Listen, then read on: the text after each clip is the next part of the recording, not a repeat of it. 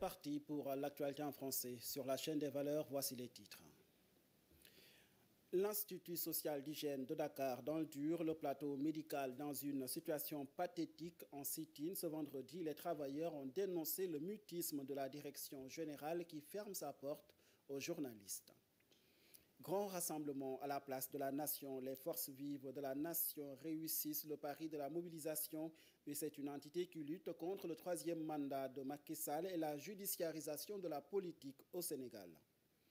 Gestion et transparence dans le secteur des énergies et des mines, la société civile et les médias renforcés sur les défis et opportunités de ce secteur. C'est une initiative de publier ce que vous payez en collaboration avec plusieurs partenaires. On en parle dans ce journal. L'actualité sportive et l'actualité internationale s'invitent en deuxième partie. Bienvenue dans le développement.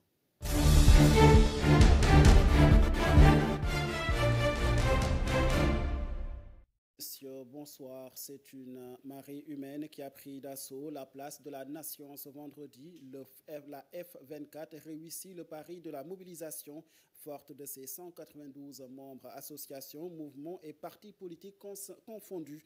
Et l'entité lutte contre le troisième mandat de Macky Sall et la judiciarisation de l'espace politique avec les nombreuses arrestations dans les rangs de l'opposition. Ils ont été nombreux les leaders politiques, acteurs sociaux et activistes à y prendre part. Sur la place de la nation, des centaines de milliers de citoyens ont répondu à l'appel de la F24 ce vendredi. On y reviendra dans nos prochaines éditions. Le mouvement des forces vives de la nation, justement la F24, qui faisait face à la presse ce matin, c'était une occasion pour ses membres de rappeler leur objectif qui s'articule autour de 4 sujets essentiels. La troisième candidature de Macky Sall, la libération des détenus politiques, l'arrêt des poursuites judiciaires contre des candidats à la présidentielle et le parrainage et l'organisation des élections libres et transparentes au Sénégal. Écoutons à ce propos le doyen Mamadou Mbodj, coordonnateur de cette plateforme, au micro de Cheikhou Omar Tall. L'F24, faut-il rappeler, est né dans un contexte économique, politique et social très tendu et s'est assigné une mission très précise qui s'articule autour de 4 points. Il s'agit de créer une force dissuasive capable d'amener le président Macky Sall à renoncer à son intention funeste et mortifère de nous imposer une candidature à un troisième mandat illégal et illégitime. Il s'agit aussi de réclamer la suppression des textes et artifices juridico-politiques susceptibles d'entraver l'éligibilité de candidats. Il s'agit notamment du code électoral, du parrainage et des verdicts commandités qui sont le résultat de procès bidons et dont la seule volonté, le seul objectif est d'éliminer les candidats. Nous avons également à réclamer la libération sans condition de des nombreux détenus politiques qui croupissent injustement dans les prisons sénégalaises. Nous voulons également obtenir du gouvernement en place une élection présidentielle apaisée, inclusive et transparente.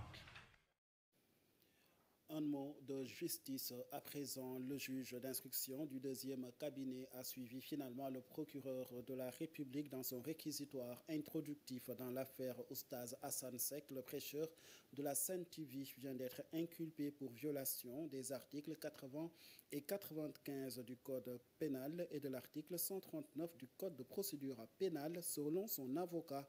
Maître Khoureychi Ba, ce qui lui a valu son placement sous mandat de dépôt par le magistrat instructeur Mamadou Seck.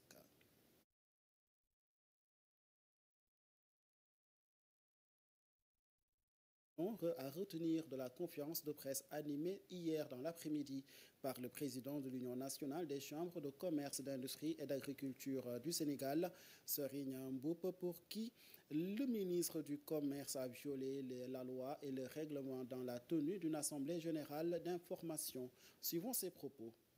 loi bi dafa wax ne loi bi fenn rek la waxee ministre ci décret bi ministre parce que ministre bi dafa war a xam ne.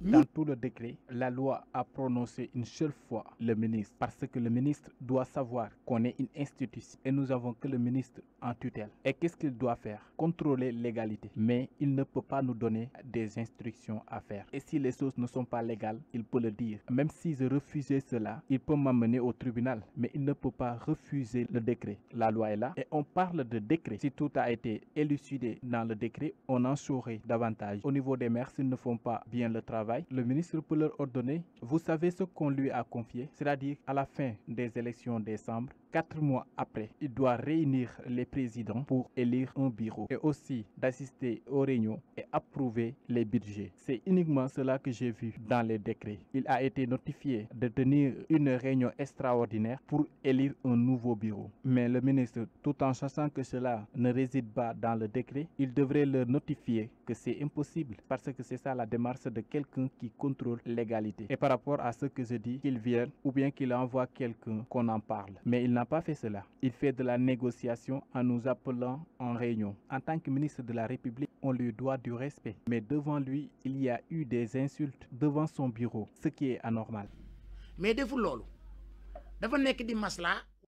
Mboup qui soupçonne une tentative de confiscation de l'Union nationale des chambres de commerce, d'industrie et d'agriculture du Sénégal par le gouvernement par le truchement du ministère du Commerce. L'actuel président de la Chambre de commerce de Dakar serait pressenti pour le remplacer à la tête de l'institution. Plusieurs membres de l'Union nationale des chambres de commerce, d'industrie et d'agriculture du Sénégal ont invité le président de la République à ouvrir grandement ses yeux face à cette situation.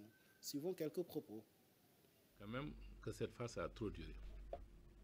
Il est temps que le décret qui issu de la loi 2017-15 votée le 6 février 2017, cette loi doit aujourd'hui, quand même, cette loi votée doit aujourd'hui avoir ses décrets d'application afin qu'on aille à des élections vraiment pour qu'il y ait changement au niveau des chambres de commerce à l'échelle nationale. Parce que cette inamovibilité au niveau des chambres, quand même, qui ne dit pas son nom, commence à nous inquiéter. Le pourquoi, on ne le sait pas. De temps en temps, on entend quand même des ragots, parce que ce sont de pauvres menteurs qui vont dire aux autorités, attention, peut-être Biranon est contre vous, Serigne Mboup est contre vous, hein, faites attention. Et les autorités, en ce moment, peut-être ont opté de ne pas quand même procéder au renouvellement des instances quand même consulaires. Et M. Abdoulaye Sow, aujourd'hui, moi, je l'attends de pied ferme. Et c'est un défi. Nous sommes quand même en plein dans le droit administratif. Abdoulaye Sow n'a même pas le droit de passer ici devant la place de l'Indépendance, au même titre que moi. Parce que moi, ma sous-section a été annulée et je reste chez moi. Mais je ne sais pas pourquoi ces gens-là, quand même, se cramponnent à vouloir rester au niveau de la Chambre de commerce de Dakar. Mais la Chambre de commerce de Dakar, c'est le secteur privé dans son cadre institutionnel. Pour une meilleure vulgarisation de la bonne gouvernance au Sénégal, l'école pris comme cadre de promotion parfaite, c'est un nouveau programme lancé par la Direction générale de la bonne gouvernance logée au ministère de la Justice. L'artiste chanteur Keba Seck est nommé ambassadeur de la bonne gouvernance au Sénégal. Suivant les explications du directeur général de la bonne gouvernance, Arona Sarr, c'était lors du lancement de ce nouveau programme à Rufisque. Il est au micro de Mbaye Niang. Aujourd'hui, on a mené une activité de promotion de la bonne gouvernance parce que nous pensons que l'éducation à la bonne gouvernance doit forcément passer par les élèves, les jeunes et les femmes. Aujourd'hui, nous avons démarré par les élèves à l'école élémentaire de Matasek, mais c'est un processus qui continue et qu'on va mener partout dans le Sénégal pour mieux éduquer nos populations aux principes et valeurs de la bonne gouvernance, pour que ces aspects-là soient intégrés dans la culture, mais notamment dans les comportements de chaque citoyen. Déjà, nous acceptons avec beaucoup d'honneur et beaucoup de plaisir la main tendue par le directeur de l'école élémentaire Matar Seck pour un partenariat en vue de développer ces modules-là au niveau des écoles élémentaires, mais notamment aussi au niveau de Matar Seck. Et nous pensons que nous pouvons le faire partout dans le Sénégal, parce que le changement de comportement passera forcément par l'éducation et la formation. Nous avons profité de cette journée pour déclarer officiellement la nomination de M. Keba Seck, artiste-compositeur, comme ambassadeur de la bonne gouvernance. Parce que son aura, son talent, sa prestance aujourd'hui dans le monde musical n'est plus à démontrer. Et nous pensons qu'il portera très bien le message de la bonne gouvernance, pour que ce message-là soit intégré dans les habitudes, dans les cultures au niveau des citoyens et au niveau des populations. Gestion des revenus et transparence et transition énergétique, la société civile et les médias au cœur d'une formation à Dakar. Elle a pour objectif de juguler la mise à niveau des connaissances et des compétences sur les défis et opportunités liés au secteur des mines et des hydrocarbures. Parmi les participants, la National Energy Resource Institute, Energy Eye, son représentant s'exprime au micro de Cheikhou Omartal. Oui, donc je pense que la transparence, elle est très importante pour s'assurer de la bonne gouvernance des industries extractives, mais également pour s'assurer que les ressources qui sont développées bénéficient au peuple. Et également, il est important que la société civile apprenne, développe également ses compétences pour utiliser à mieux toutes ces informations qui sont publiées pour renforcer leur plaidoyer en se basant sur des évidences. Il faut que ce débat se base sur des évidences pour que le plaidoyer de la société civile soit audible par les autorités et que le débat puisse être constructif, éclairé, de sorte à gérer les attentes qui peuvent être très fortes. Aujourd'hui, tout le monde a des attentes suffisamment élevées sur l'impact que ces ressources auront. Donc il est important que cette transparence soit de mise pour assurer une gestion optimale des attentes qui est de la responsabilité de tous, pas seulement de l'État, de la société civile, mais également des médias, pour s'assurer que le débat public est apaisé et éclairé.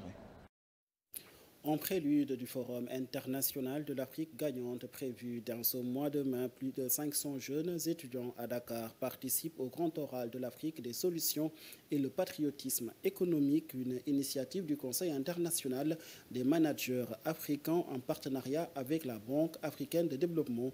Le président du CIMA, le Sénégalais Sidi Abdalassi, qui s'exprime au micro de Cheikhou Omartal. C'est l'Afrique de demain. Ces jeunes-là, c'est eux les jeunes qui font ce continent. Je dis que nous sommes arrivés à ce niveau où aujourd'hui il faut transmettre le relais. Donc ce relais que nous voulons transmettre, nous voulons quand même le transmettre à une jeune génération, donc de chefs d'entreprise. Hein? Donc de chefs d'entreprise. Donc ce sont effectivement ces jeunes qui sont la relève. Donc il nous faudrait effectivement comme je dis, insuffler ce souffle vraiment de ces jeunes qui sont les pionniers donc vraiment de cette Afrique, leur passer le message, leur donner nos expériences pour qu'ils puissent effectivement pouvoir prendre cette relève. Parce qu'effectivement, comme je l'ai dit, l'Afrique nous appartient, nous devons créer les champions c'est nous, les champions c'est eux. C'est vraiment cette nouvelle génération à laquelle nous nous adressons. Vous savez, je dis que rien n'est acquis, rien n'est constant. Il faudrait simplement que les jeunes entrepreneurs, les jeunes qui veulent entreprendre, soient effectivement des jeunes à qui qu'on booste. Il faut les booster, il faut vraiment les impliquer dans tout ce, les apprendre les rudiments d'un combat. Et je dis que ce pays ou les autres pays africains leur appartient. Il faut effectivement se battre, vraiment faire en sorte que ces jeunes-là soient l'avenir de notre continent. Santé en sit-in depuis une semaine, les travailleurs de l'hôpital polyclinique de Dakar sont très remontés contre leur directeur général suite à une mauvaise gestion de cette boîte constatée. Face à cette situation, ces agents comptent mener le combat pour sauver l'Institut du gène social de Dakar. C'est un reportage signé Toharafa et Ousmane Diaye. Les travailleurs de l'hôpital polyclinique de Dakar sont très remontés contre leur nouveau directeur. En mouvement d'humeur, ils lui reprochent une mauvaise gestion de l'établissement. Le problème qui sévit à l'IHS, c'est un problème de gestion administrative, un problème de gestion financière, un problème de gestion technique. Et le tout est centralisé sur une seule personne. Le manager, c'est le directeur de l'hôpital, Mamadou Lamine Ndiaye. Voilà, depuis une semaine, on est en mouvement, on est en sitting devant l'hôpital pour 1 heure de temps. Maintenant, la semaine prochaine, on va passer à l'étape supérieure, se concerter entre les partenaires sociaux. En sitting depuis une semaine, ces travailleurs de la santé n'excluent pas d'aller voir les autorités concernées afin de leur exposer leur mal. Pour le directeur, pas pour l'instant, mais avec les autorités, on est prêt à aller dialoguer, discuter avec eux pour qu'ils nous entendent, pour qu'ils nous écoutent de ce qu'on est en train de revendiquer dans cet hôpital, parce que c'est légitime. Et on a comment dirais-je, des revendications béton, des preuves béton qu'on peut leur soumettre et qu'on a commencé à soumettre aux autres. Et là, je crois que s'ils commencent à lire les PV et les mémorandums... Le directeur de l'hôpital en réunion, difficile de le joindre, mais ses agents comptent continuer le combat jusqu'à la satisfaction de leurs revendications.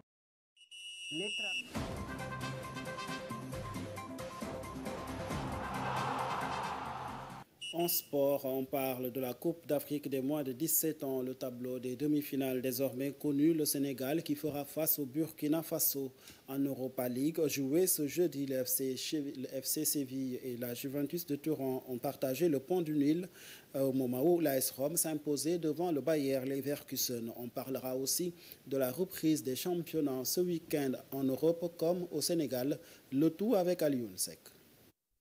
Après avoir largement dominé l'Afrique du Sud de 5-0, le Sénégal va affronter le Burkina Faso dimanche en demi-finale de la Coupe d'Afrique des Nations de moins de 17 ans qui se déroule en Algérie. L'autre demi-finale va opposer le Maroc au Mali dimanche à 19h GMT au stade Mohamed Hamlaoui et Stadium de Constantine. Le Sénégal, le Maroc, le Mali et le Burkina Faso sont tous qualifiés pour la prochaine Coupe du Monde prévue cette année. Ligue Europa, l'AS Rome a pris un avantage précieux face au Bayern Leverkusen 1-0 jeudi soir en demi-finale allée de la Ligue Europa dans un match très équilibré. L'AS Rome prend déjà une petite option. Les hommes de José Mourinho devront assurer lors du match retour de jeudi prochain face à leurs adversaires qui voudront renverser la tendance à domicile pour valider leur ticket pour la finale. Après avoir été mené à domicile par le FC Séville, la Juventus a fini par décrocher un score de parité d'un but partout. Tout reste à faire des deux côtés lors du match retour la semaine prochaine. Place au championnat. En ouverture de la 34e journée de Liga, Mallorca qui occupe actuellement la 12e place joue contre Cadix accroché à la 15e. Ce vendredi en Ligue 1, à l'occasion de la 35e journée, Lens accueille Reims, deuxième au classement. Lens compte 2 points d'avance sur l'Olympique de Marseille alors que Reims se retrouve à la 10e place du championnat. Au Sénégal, la 21e journée de la Ligue sénégalaise se joue ce week-end les 13 et 14 mai. Et c'est tout pour la page sportive. Sur l'international, direction au Mali, plus de 500 personnes exécutées par l'armée régulière selon un rapport de l'Organisation des Nations Unies. Pendant ce temps, en Ukraine, c'est une nouvelle surprenante. L'armée régulière affirme avoir repris du territoire autour de Bakhmout. L'actualité internationale avec Mariam Tine. Nous démarrons l'actualité internationale au Mali. Plus de 500 personnes exécutées par l'armée et ses supplétifs à Moura en 2022, selon l'ONU. Alors, 500 personnes ont été sommairement exécutées par l'armée et ses supplétifs à Moura, dans le centre du pays, au mars 2022. C'est ce qu'affirme un rapport publié ce 12 mai 2023 par le Bureau des droits de l'homme des Nations Unies. Ces auteurs, qui n'ont pas été autorisés par les autorités maliennes de transition à se rendre sur place, précise qu'il est basé sur des entretiens avec des victimes et des témoins, ainsi que sur des sources médico-légales ou encore de l'imagerie satellitaire. Ensuite, en Ukraine, dans le Donbass, il affirme avoir repris du territoire autour de Bakhmout. Alors, il se demande est-ce que le début de la contre-offensive ukrainienne entendue, annoncée depuis des semaines. En tout cas, les forces ukrainiennes affirment ce vendredi 12 mai avoir percé les lignes russes et avancé de plusieurs kilomètres dans le Donbass. Alors, selon l'armée ukrainienne, cette percée aurait lieu dans les environs de Bakhmout, cette ville dévastée que les forces russes essaient de contrôler depuis maintenant plusieurs mois. Nous terminons cette page internationale aux États-Unis. Un plan de réduction des émissions de CO2 pour les centrales électriques. Le gouvernement de Joe Biden a annoncé ce jeudi 11 mai un plan de réduction des émissions de gaz carbonique pour les centrales électriques, une première dans le pays. Alors, le texte prévoit notamment l'obligation pour certaines centrales à charbon de capter leurs émissions de CO2 au lieu de les rejeter dans l'atmosphère, une technique encore peu répandue. Dans ce cas, le plan sera certainement combattu par l'industrie des combustibles fossiles, les opérateurs de centrales et leurs alliés au Congrès. C'est tout pour l'actualité internationale. Fin de ce rendez-vous d'information. Merci de l'avoir suivi. Tout de suite après, je vous donne rendez-vous dans Actu Plus.